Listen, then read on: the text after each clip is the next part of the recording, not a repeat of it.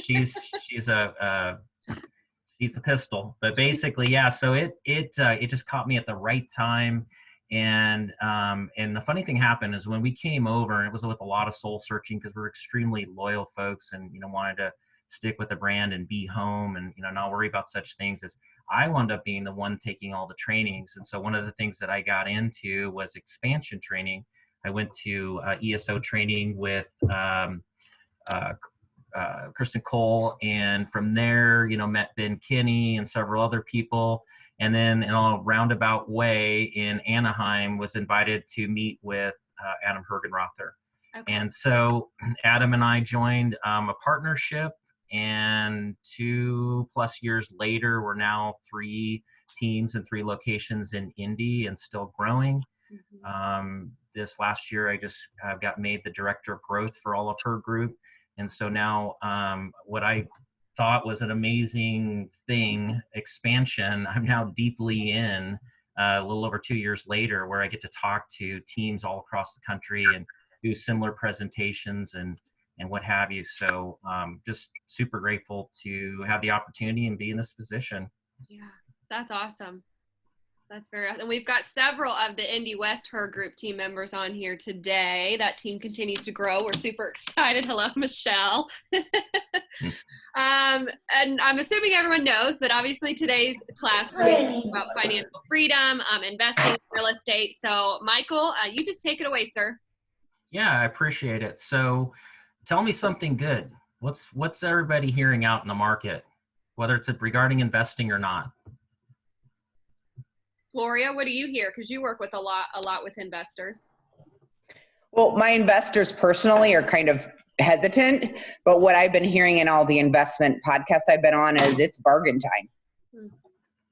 Yeah, I've heard that too. I've heard there's a little bit of a pent-up demand that's building, much like what's going on with our buyers and our sellers that are going to be anxious to get out there and list things as they feel a little bit more comfortable. And gosh, we really could use that extra inventory. But I've heard the same things. I've heard a lot of people looking for deep discounts. Unfortunately, I think a lot of us will come back from this, not only brokers, but industry in general, but not everybody. It's for some people, they just can't deal with the idea of like, I've been off work for 2 or 3 months and I never really come back the right way. Think about it this way as an investor. I had a great conversation with an investor in New York, and he brought this to my attention. And yes, I did steal Eric's headset. I can smell his sweat right here on this. It's awesome. No, but actually, what we talked a little bit about is like, think about how life's going to change a little bit, for people. The average divorce rate's almost 50% in the United States. So now you've taken those people in that 50% and you've put them together in the same house in a tight location for the last 30, 60, 90 days in some locations. There's going to be some opportunities that are come up. And I certainly don't wish any ill will against anybody, but it's just a reality in our world that we live in. There's going to be opportunities that are going to show up. I think that there's going to be other opportunities where people were on the verge. They say that in general, there's like about 15% of any neighborhood, your neighbors that are in there are anywhere from a month to 3 months behind on their mortgage payments. They're just paying, January's payment now, and they're just keeping the wolves, at bay because, they're 3 months or 5 months maybe worth of payments away from a foreclosure actually, starting. So I think you're going to start to see opportunities in short sales, kind of come up. It's just going to be different. There's going to be some things that are going to, come along. So, good. That's a good topic. There'll be some other opportunities out there. Anyone else? Anything good? I just gave you a lot of doom and gloom. Anything good? Okay. So at any time, if there's any questions or anything, just throw it right into the chat box. Okay. Everybody see my screen and everything? Yes, sir. Okay, we're good. So we typically call this like building wealth and real estate investment, with real estate properties. I'll be honest with you, I've owned and still own several rental properties, but I'm more of a serial flipper. And so I spend a lot of time finding properties and renovating and selling them, or we find lots and we build homes and what have you. So I'll go a little bit more into both of these because we actually do both. I'm just more on the flipping side. So we know that buying real estate is really a great way to invest. And it's a way to actually make some really good money. It's also a way to really lose a lot of money. And so, property is valuable. If you look at real estate, even times we've seen like big declines, like we saw in 06, 07, 08, we really saw real estate suffering there. But what did we see happen? We saw an immense amount of rebounding. In fact, we saw rebounding over the last 10 or 11 years until this invisible force came along and disrupted the real estate world and caused a recession. It was just different. The reality is recessions happen all the time. The one thing that's consistent from the recording of real estate and the recording of real estate sales is it always rebounds. It always goes up. You can't buy a house for $5,000 anymore, not a house that you really want to deal with anymore. You may be able to buy the worst lot possible down in Indy for $5,000, but you can't actually, you can't put bricks and sticks together for that cheap anymore. So it always goes up and it always rebounds. So if you're listening part in this webinar, you undoubtedly, you're a broker, you're in the real estate business. You may have actually represented investors, but have you actually ever invested yourself? And you might be thinking to yourself, like, why not me? And that's actually what happened to me. I got into real estate when I actually got into the brokerage side with RE/MAX. In the first couple of transactions I did with investors, I was thinking to myself, like, wait a second, I'm making all these guys any money. How come I don't make some money myself?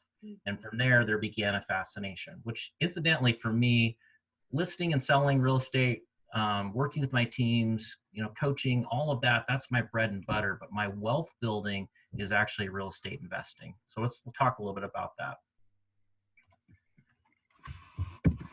Okay, so a little overview we're going to talk about. Why do agents represent investors in real estate but rarely participate themselves?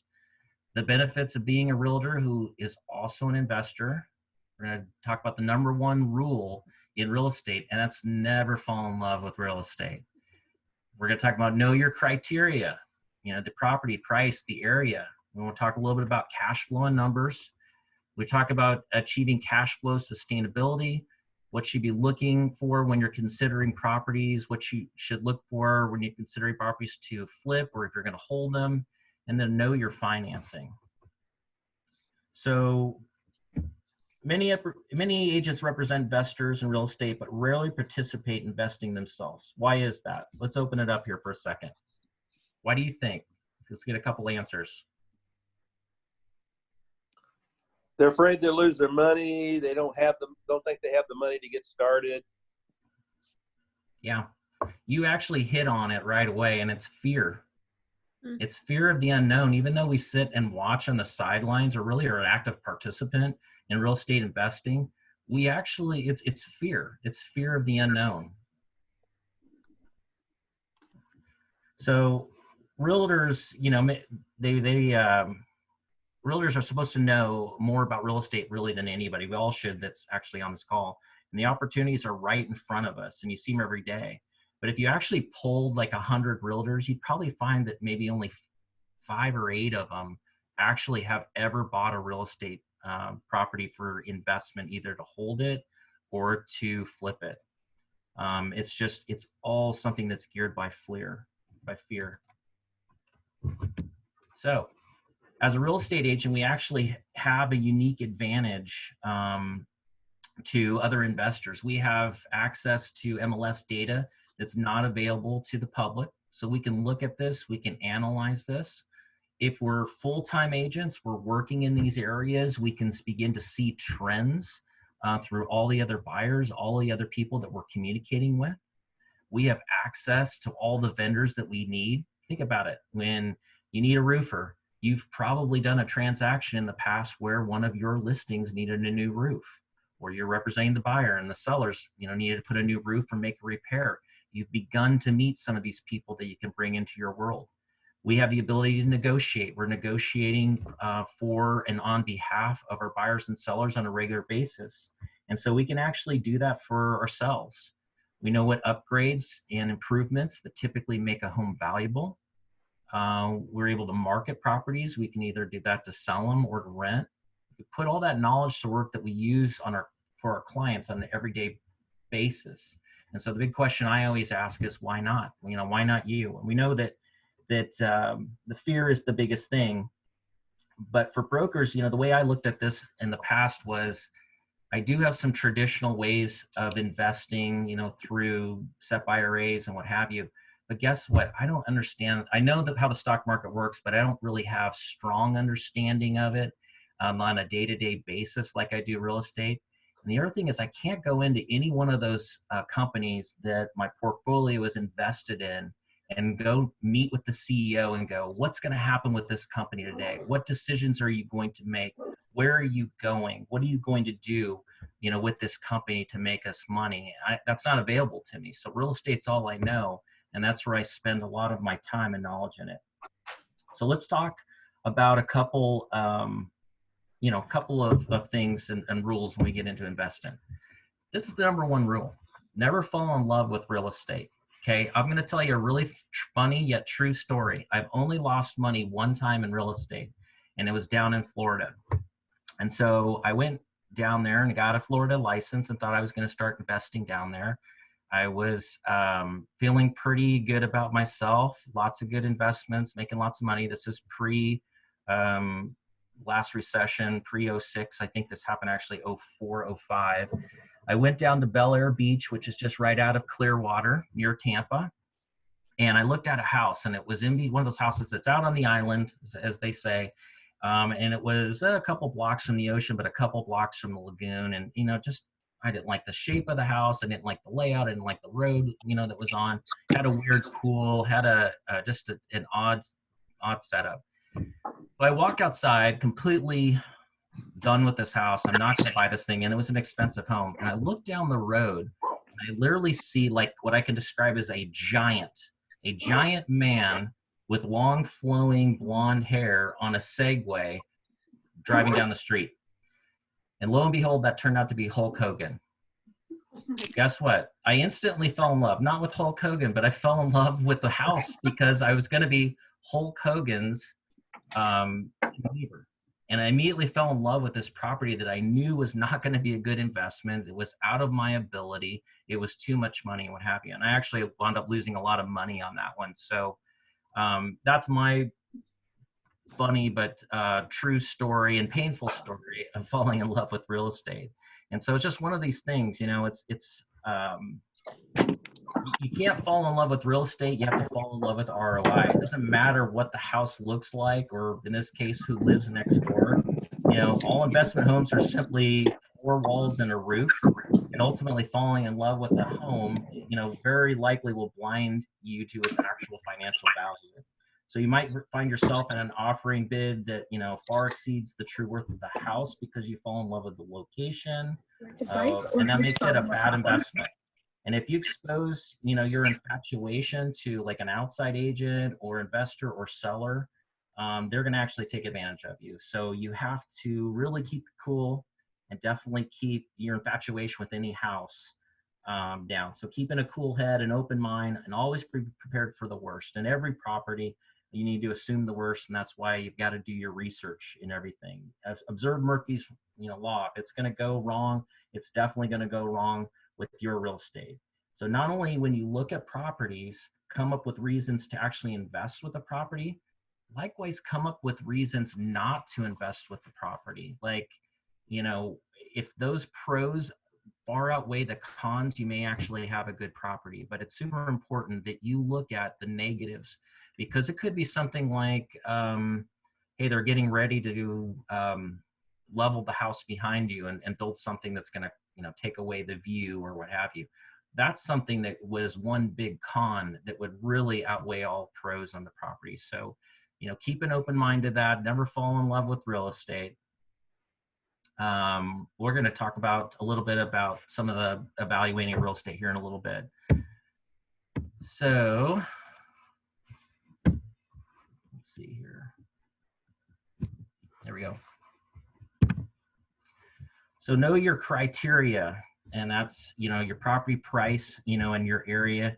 If you're ready to build a profitable real estate portfolio, you really have to know these two things. You need to know your math and you need to know your criteria. So your math is essentially only purchase homes that you can purchase for 70 to 75% ARV. And in areas that you really know well. These should be areas that you practice real estate on a regular basis, and you can identify, what's a good deal and what's not a good deal, or what works for you. So with regards to the 70 to 75% rule, I actually call it the 75% rule, and I'm going to cover that in a little bit more depth.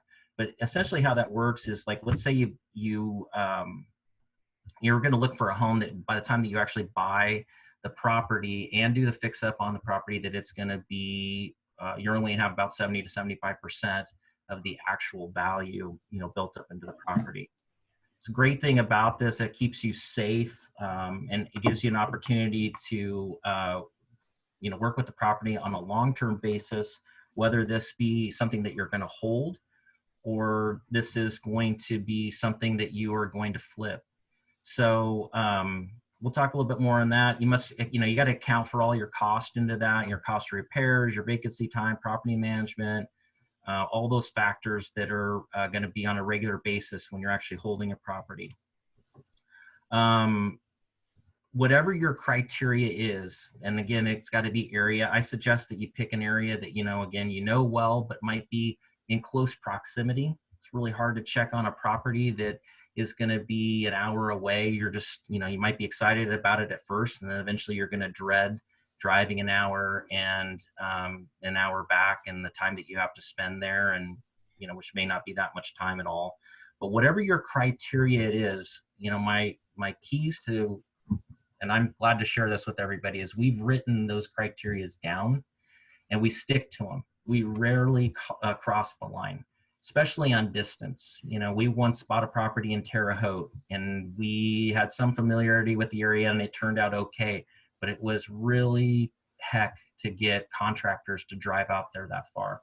I've had trouble getting contractors, get up to the north part of Anderson at times, because it's just, far beyond an area that they're willing, to typically work. But whatever that is, whatever your criteria is, write it down and stick to it. So next thing you know, your cash flows and numbers, and you absolutely should not under any circumstances invest in a piece of real estate without fully understanding the numbers that are involved. Whether this is a rental property that you're relying on cash flow from, or you're flipping it and all the ARV matters, you're financing property, you need to know the property's income, all of that stuff. If you're buying for appreciation, the numbers matter.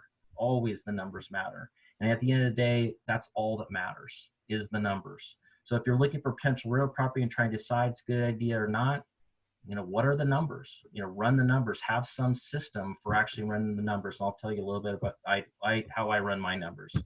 And you got to ask yourself, do you know what to look for? And if you don't, you need to ask. So the most useful and accurate equation for determining your return on money, I feel like, and it's the most easiest one, is the cash on cash return. And this equation really focuses on monthly cash flow. So it doesn't incorporate additional equity, build, appreciation, or tax benefits. That's all good. That's a bonus anyway. And I'm not going to get into too much of the tax benefits because you can actually depreciate real estate even though it appreciates. But while the cash on cash return is most accurate, you need to understand a cap rate as well. And that return, because the numbers used a lot, will give you an idea with an investment, especially when you're using other people's money, or you're presenting that as an investment to somebody, or you're trying to seek financing. If you're, let me just show you kind of how these things work here. So your cash on cash return is essentially your annual income before tax implications, and then it's divided by your total cash invested. The way that you actually come up to your cap rate is your net operating income divided by the current market value of the asset. And that's obviously going to be subjective, but positive monthly cash flow means the monthly income you receive on the property is more than you pay out on monthly expenses. It means you produce income every month. Whatever method you invest for or use, you want to be confident in knowing your predicted profit is going to be from before you go into the property, or at least have an out while you're deciding that. You might be able to like type a property and put in some clauses, whether they be inspection or you having time to run your numbers. We've put that in there before as like due diligence clauses, just to make sure that we have time to make sure that the numbers are what the numbers need to be for us. You know, it's got to come from somewhere. Otherwise you're going to lose. You don't want to buy a property again just because you want to buy the property and get in the game and lose money. Be specific in knowing how much your project will earn on your investment, and be able to explain how you got those figures, not only to yourself, but to others. And if you can do that, you probably need to do some further research. And so there's some books and there's some online courses and things like that that you can dive into this a little bit deeper. What's the ultimate goal here? The ultimate goal is to achieve cash flow sustainability. And sustainable cash flow refers to the continuous stream of revenue. And again, I'm talking a lot about buy and hold right here. I'm going to get to the flip part of this here in a minute. But anybody can come up with financial predictions they want to. That is like subjective, almost like comps. You can find the stuff that supports it, and you can find the stuff that's against it. You want to find the real stuff, the real numbers that actually apply to you and your property, and be honest with yourself. Those predictions don't really, have any type of guarantee that they'll pan out. And so your predictions must be some sort of fact-based and honest answers. So how likely is your cash flow continue at the level of prediction? And so you have to look, are you going into an area that's just now up and coming? It may take a little while to see consistent cash flow, meaning consistent renters, solid people coming in to actually rent those homes. So what affects us here in these little areas? And it could be you're looking at an area of Avon, or maybe you're looking in Fountain Square, or maybe you're looking in Anderson or Home Place, or whatever these pockets are. Ultimately, those are micro markets. Those are small little areas that have their own little personalities. And ultimately, the fate of a micro market, and that's that little rental world that you're kind of looking at, very strongly depends on the macro market that it's located by. So that macro market is the bigger world around you, like state and national economies, and sometimes big cities like Indianapolis. If the macro market is failing, it's likely that micros around it are going to hurt as well. And if the macro market is strong, the micro markets are going to definitely profit and be strong from those as well. If any way the market in which you invest in begins to decline, your projected returns may become impossible to achieve. So again, you want to prepare for some negative possibilities that are coming in there. For instance, maybe you charge enough rent that you're constantly pulling a little bit of that rent back into a rainy day account, so that if you do have some vacancy rate, that you are able to sustain a month or two. I can give you an example. We own a vacation condo that we use but rent out most of the time down in Gulf Shores, Alabama.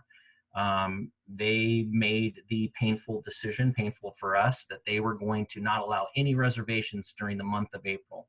And in fact, a few people called up to cancel the reservations, and instead of crediting them to another time, our property management company decided that they were going to refund their money as an act of goodwill, because all of that industry is based on reputation and positive reviews.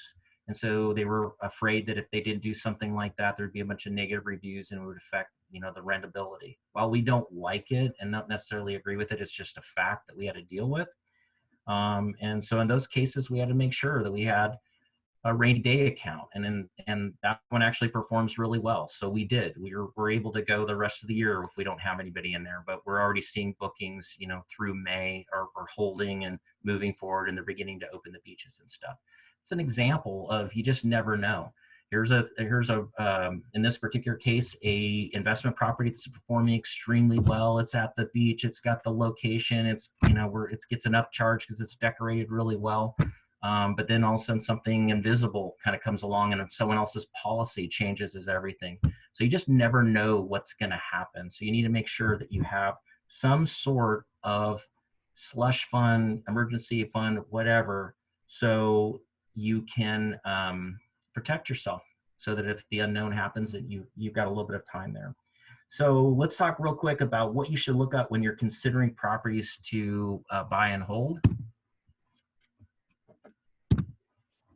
There's two big ones here. It's location. Location's like one of the biggest ones, but too often I hear people talking about making decisions based on the home itself. Oh, it's so cute. It's a ranch. Everybody wants a ranch. Or it's 3 bedrooms, 2 bath. Everybody, it's got a garage, renters want a garage, what have you, instead of really the location. And that's a mistake, because we should be, even though someone else is renting this and not living in it, we have no intention of ever selling it. I promise you, at some point, that asset will be something that you either sell or put into play in some other way. And so location is huge. The condition or price of the home can be changed on anything. You can even change the size of the house. You can make it larger. The one thing you can't change is the home's location. And so supply and demand are two factors that will always play a role in that real estate appreciation. Because when you're buying these properties, not only is someone else renting these things and bringing that mortgage payment down, or if you've paid cash for it, paying you some sort of a steady income on it, there's appreciation that's going on. And we want them to appreciate as much as possible. So location is equally important if you intend to flip a property as well. We'll talk about that in a sec. 1% rule. Insist on obtaining at least 1% of the amount you have into the property as monthly rent. This simply is calculated, multiplied by the purchase price of the property plus the necessary repairs for 1%. This result is a base level of monthly rent. So if you can get a little bit more, you want to get a little bit more, that's for that slush account. It's also compared to the potential monthly mortgage payments to give and the owner a better understanding of the property monthly cash flow. So here's an example. Let's say you paid $100,000 for a home and the cost of repairs was $50,000. In this case, you would want to receive at least $1,500 a month. That would be an example of the 1% rule. And to insulate yourself as much as possible, maybe you make your standards. Remember, you're going to make a standard and you're going to stick to it. You're going to collect 1.25% or 1.30 or 1.10. You're going to collect a little bit above if you can get away with it. Or at very least, if you're getting the 1% to start with, you're going to put into your rent agreements that after the first year, the rent goes up proportionally so that you can build up to that as well. So that becomes your rainy day fund, and you never know when you're actually going to need it.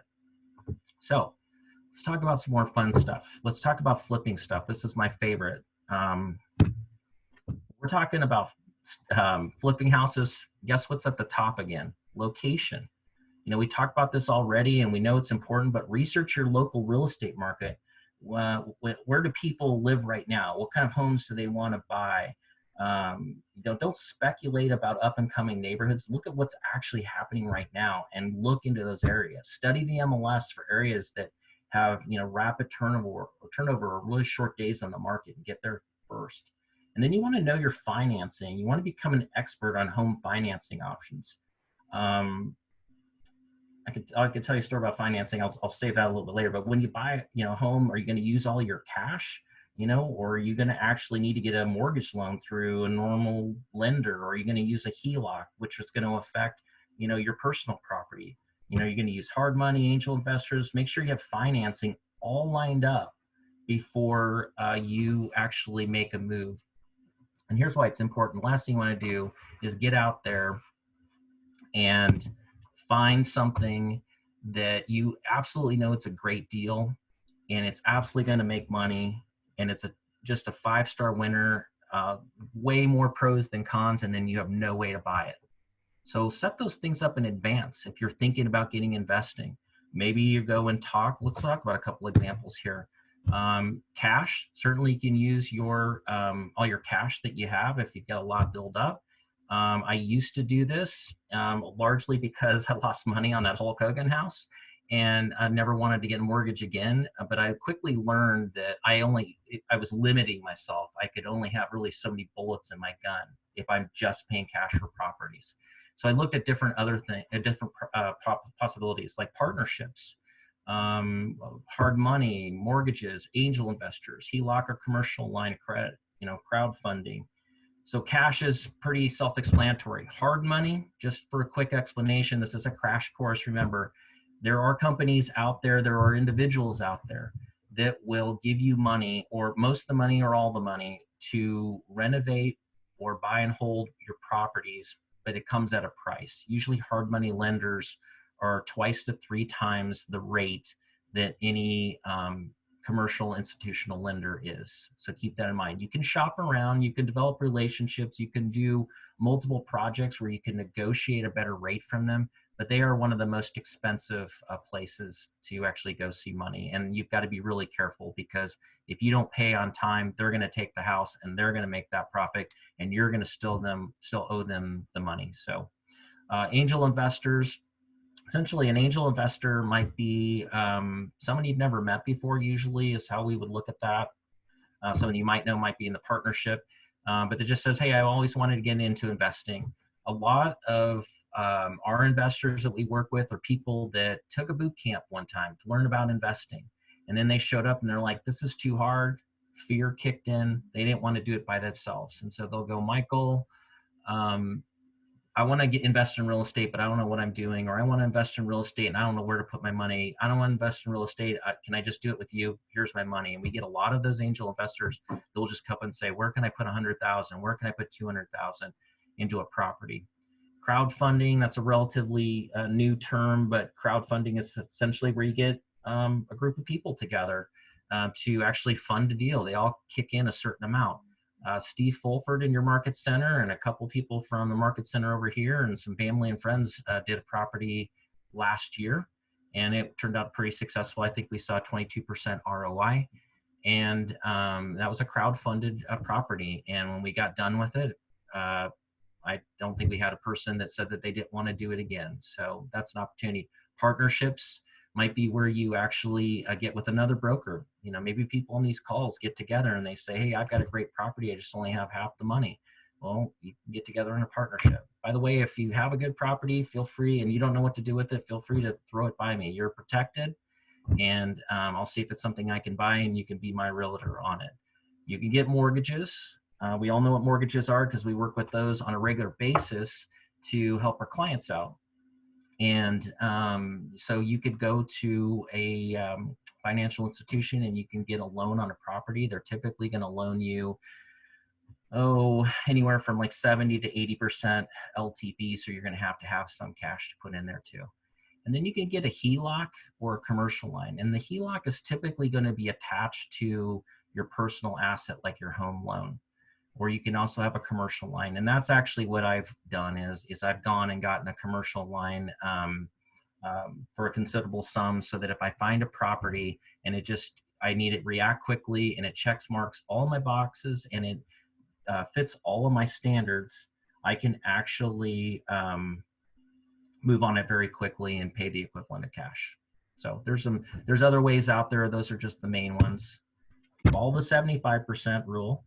So analyze how much you can afford and how much you can lose on any deal always, okay? The experienced flippers, we typically are looking at a 75% rule on what we're willing to pay for a property. And the rule states that investors should pay no more than 75% of the after repair value of a property minus the cost of the repairs needed. So I'll give you an example here.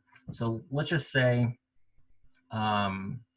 I think this house that I'm going to buy in Avon Acres is going to be worth $200,000 by the time that I get done fixing it up. I know that I can have no more than $150,000 into this property. So if I know I have $50,000 worth of repairs, I know that I can spend no more than $100,000 on the property. And that's a standard that I'm going to put in and not violate. I've learned to say no. Sometimes it's the most freeing and safe thing that you could possibly do. And I've had deals where I've said no, and I've had to, I regretted them later, thought, well, you know, maybe I could have done a little better on it or what have you, but better safe than sorry. Some of the other things that we need to do is we need to learn to negotiate. And I know it seems silly to even say this because we got all brokers on this call, and they're all people that know what they're doing and do it at a high level. But you need to negotiate like it's your own money, because it is your own money. It's not someone else's money. think about how you would negotiate if you had $100,000 of your own money on the line versus someone else's $100,000 mortgage. I assure you, when you get in those positions, it's entirely different. So the less money you invest in the house means the more money that you can make on the flip. And so good negotiation strategies are really effective. And this is not only negotiating on the purchase of the property, this is negotiating on the sale of the property. This is negotiating on the vendors that work on the property. That's super important.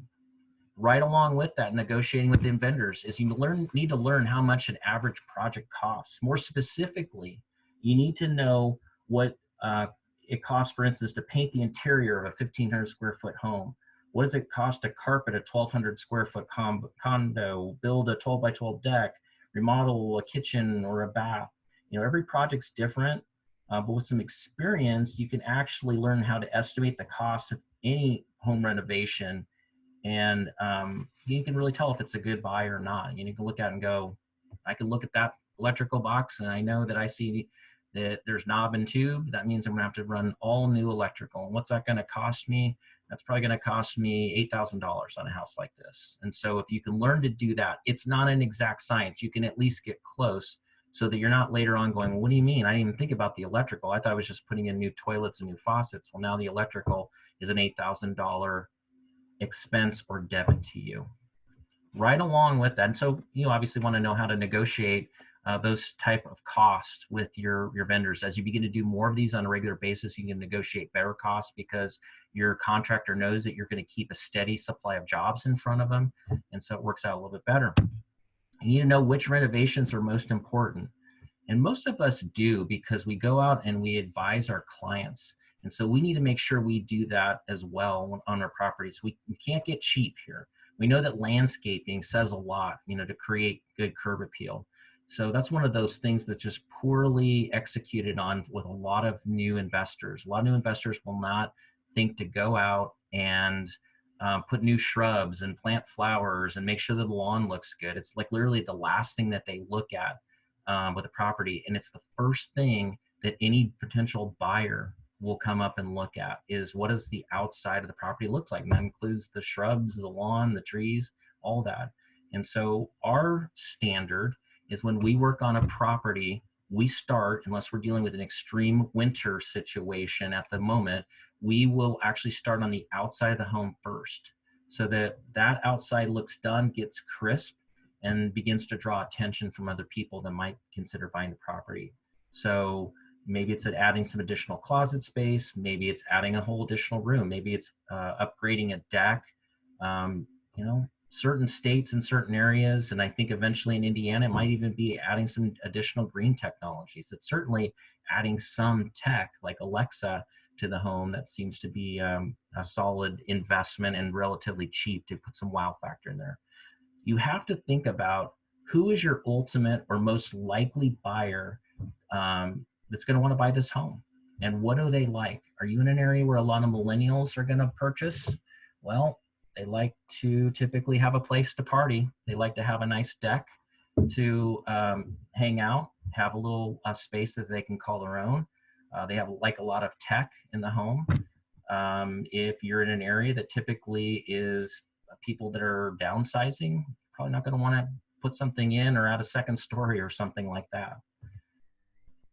You want to find good contractors. This is super important. You may actually be handy like I kind of was. I used to actually touch every single one of my projects. I had to go in and for a while there I was building cubbies and seats and storage and stuff in every mudroom. And I'd go spend a day in there and I would just like basically form fit a custom cabinetry type of setup into there. And it just took so much time. And it really took time away from what I should be doing, whether it be doing something like this or working with other clients or what have you. And so you got to make sure that you're not letting your project take away from your real job, which is listing and selling real estate. You want to make sure that you are participating, but through third parties. That's my high recommendation. You need to leverage this. Too many things can go sideways. It's better to have someone experienced that's essentially doing it full time. If you make a little bit less on the deal, but you're consistently still working with your day job, you'll actually make more in the long run, and you'll have a better experience. Where can you find contractors? I mean, you can find a lot of them at home, like Home Depot and Lowe's. Typically coming in, you'll see they pull up in construction trucks, and you can ask for business cards or write down their numbers or what have you. But you want to check their quality of work. And so what I have done when I'm in the need right now, I actually have a really good set of contractors. What if I'm on the need, or what I've done in the past is I'll literally drive by areas that I know that there's some stuff being worked on, and I'll look at the work, and I'll walk into the house and literally introduce myself, tell them what I do, and see if they're interested in finding some additional work. And that way I'm really doing a two-part interview right there, not only seeing if that's somebody personality-wise that I can work with, that can take instruction, but I'm also able to look at the quality of work that they're actually doing. And so it's a good way to find contractors.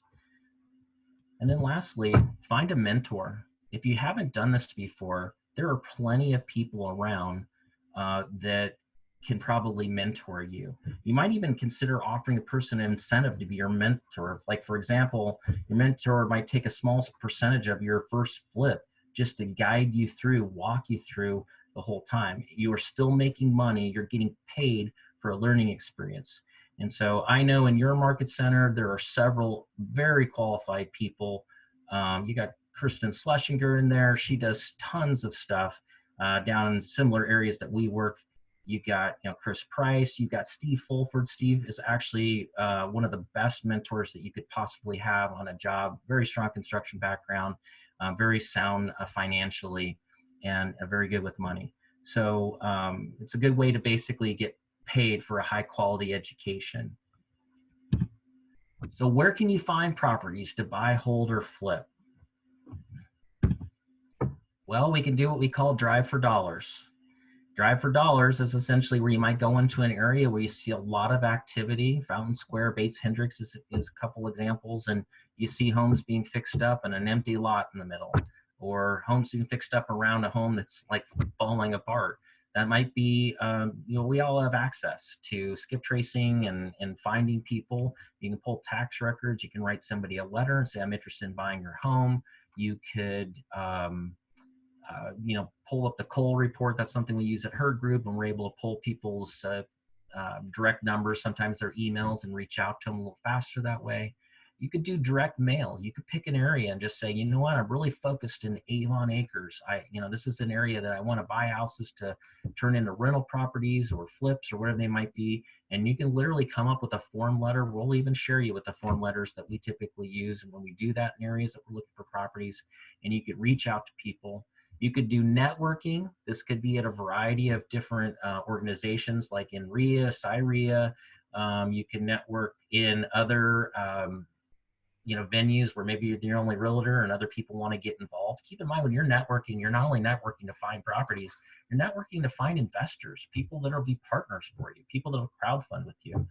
You can go after distressed properties, like short sales. Like I mentioned at the beginning of the call, I think we're going to start to see some more of that.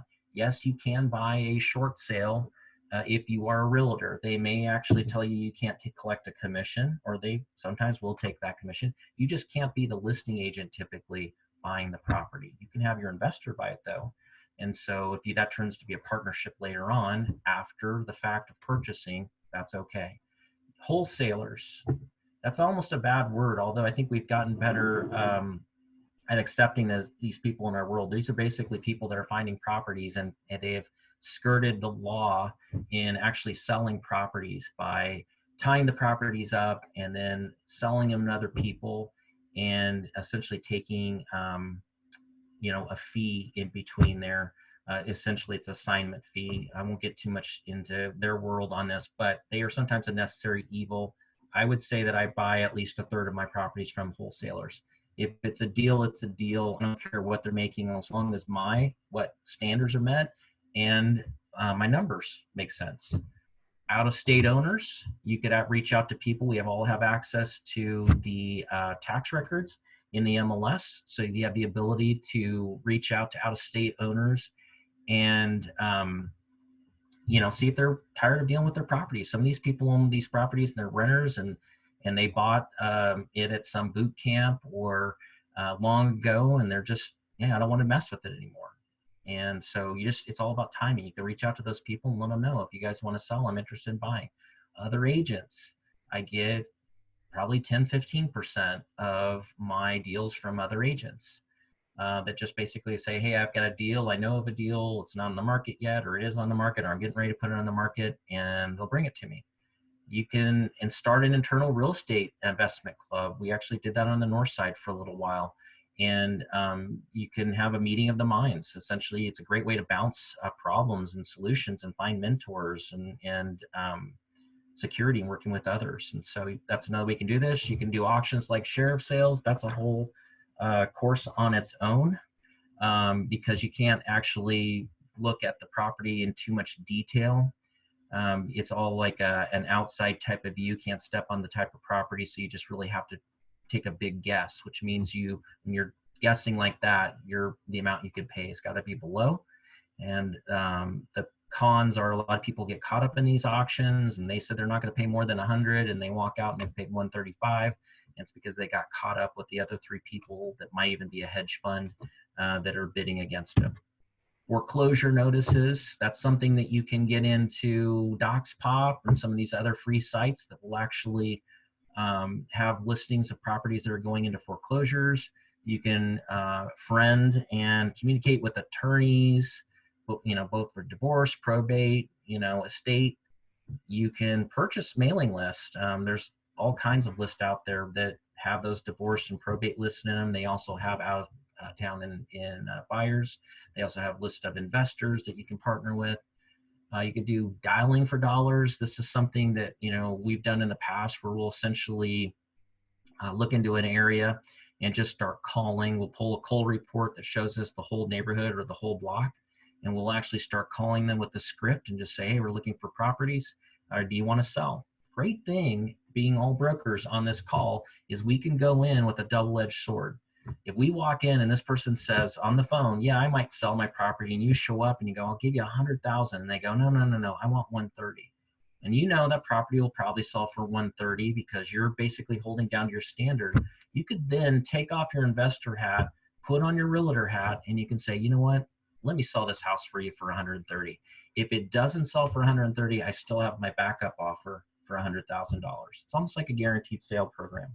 You can pull public records. You can put bandit signs that when they're out there. We've done bandit signs in the past. They haven't been the super best. We usually get a lot of hate calls on that because they don't look good in the neighborhood. And then, of course, you can do some online advertising. This could be through social media. This could be through different drip campaigns and things like that. Questions, feedback, ahas? That was awesome. Holy moly. And yeah, guys, we're only half done, everybody. Just kidding. There's someone driving.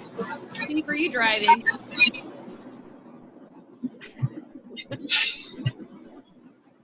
There he is. Steve, are you? I know Cabin Coffee and all that. What other investments have you done?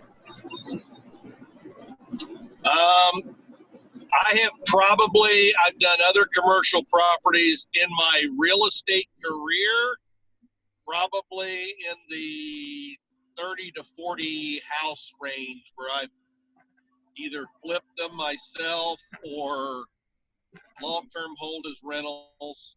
Mm-hmm. That's over a long time, but it's I got into it with somebody who probably had 50 homes at one time, and I guess you could say it was a portfolio buy, but I didn't buy 50 houses at one time. I just bought them individually, some of those. So. Okay, awesome. Gloria, I think you might still be on.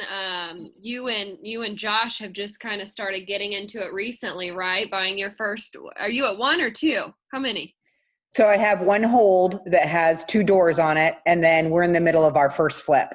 So, and happy to say I'm in that 75%. So we're going right along. So it should be finished up within another week and a half or so, and I'll be able to list it. That's And awesome. then we're in the process of buying our next hold property as well. Okay. Very cool. Anything that surprised you about that process? The flip process, no, because I've been, and I don't know for the rest of the people on the call, what I've been doing is I decided I was going to learn on the back of my investors. So for the past 3 years, I've been watching what they're doing and seeing what their mistakes are. And of course, at the same time, learning the areas, learning the numbers. No, I'm not perfect by any means yet. Yes, I know I'm going to make mistakes, but the process itself is going surprisingly smooth. The only problem is because of quarantine, with a lot of our supplies, like stuff that we picked out, we're not able to do. Wow. So I've had to readjust and, get a cheaper product or get it from Menards instead of Floor and Decor or something like that. So that's really the biggest switch we've had, is we've had to adjust our finishes because of what's available and what we can get. Makes sense. Is there anyone on the call who hasn't been doing any investing, but I'm assuming if you're on the call, you're thinking about it? What feedback or ahas do you have from today's call? If anyone doesn't mind sharing.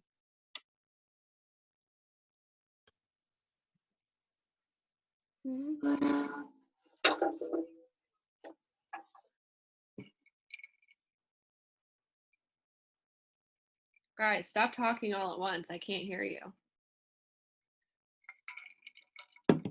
I think you guys are just so overwhelmed, like, with all the content that you just don't even know where to begin. Yeah, it's like almost like I verbally vomited all over you guys and stuff like that. It's But hard to what? push it down. It's so tight. Well, and I felt like you did a really great job of, like, it was really simple. I mean, sometimes we'll listen to these certain trainings and can be over your head or not make any sense. I, for one, as someone who's not done any investments right now, got a lot out of it, and it really seemed like tactical information and very resourceful. So I thought that was awesome. I think if you guys walk away with, like, the number one thing is you have to, like, write out a set of standards for yourself. Instead of, like, yeses and nos, a line, if you will. I don't cross this line, and that'll keep you out of trouble.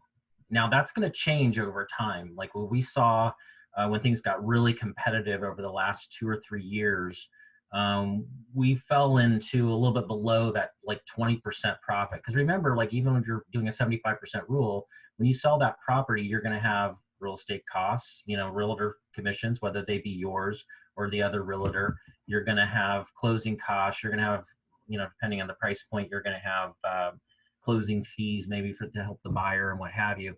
And so it kind of fades down to that point where you're trying to be above that 20% ROI. And we saw, we compromised a little bit, knowing to still do what we need to do to still keep our crews busy. We fell down to that 16 to 18% just to essentially keep things going.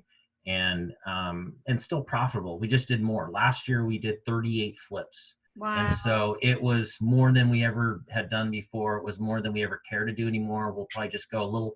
One of the things you can do, what does Gary Keller say when you want to give yourself a pay increase? You change your price point. And so what we've done is just basically said, we're not going to buy $50,000 properties anymore unless it's a quick wholesale. We're going to buy properties that are 150 to 200,000 that we can put on the market for just under 400,000. And now we can actually do half as much, make just as much. That's smart. That's a great tip.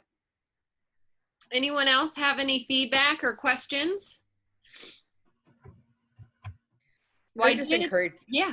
Go ahead. I was just going to say, I'd encourage the rest of the people on this call that are thinking about it and haven't done it. Obviously, it took me 3 years to make my first jump to do a flip, but the timing was perfect because now I'm not making as much on the real estate side, but knowing that, best case scenario, I'll make $40,000. But if I don't, if I make 20,000, that carried me through this whole downturn. So it's just a good way to supplement your real estate income. And I didn't think about that till my husband said, it's okay if you don't have a paycheck because we have this flip project.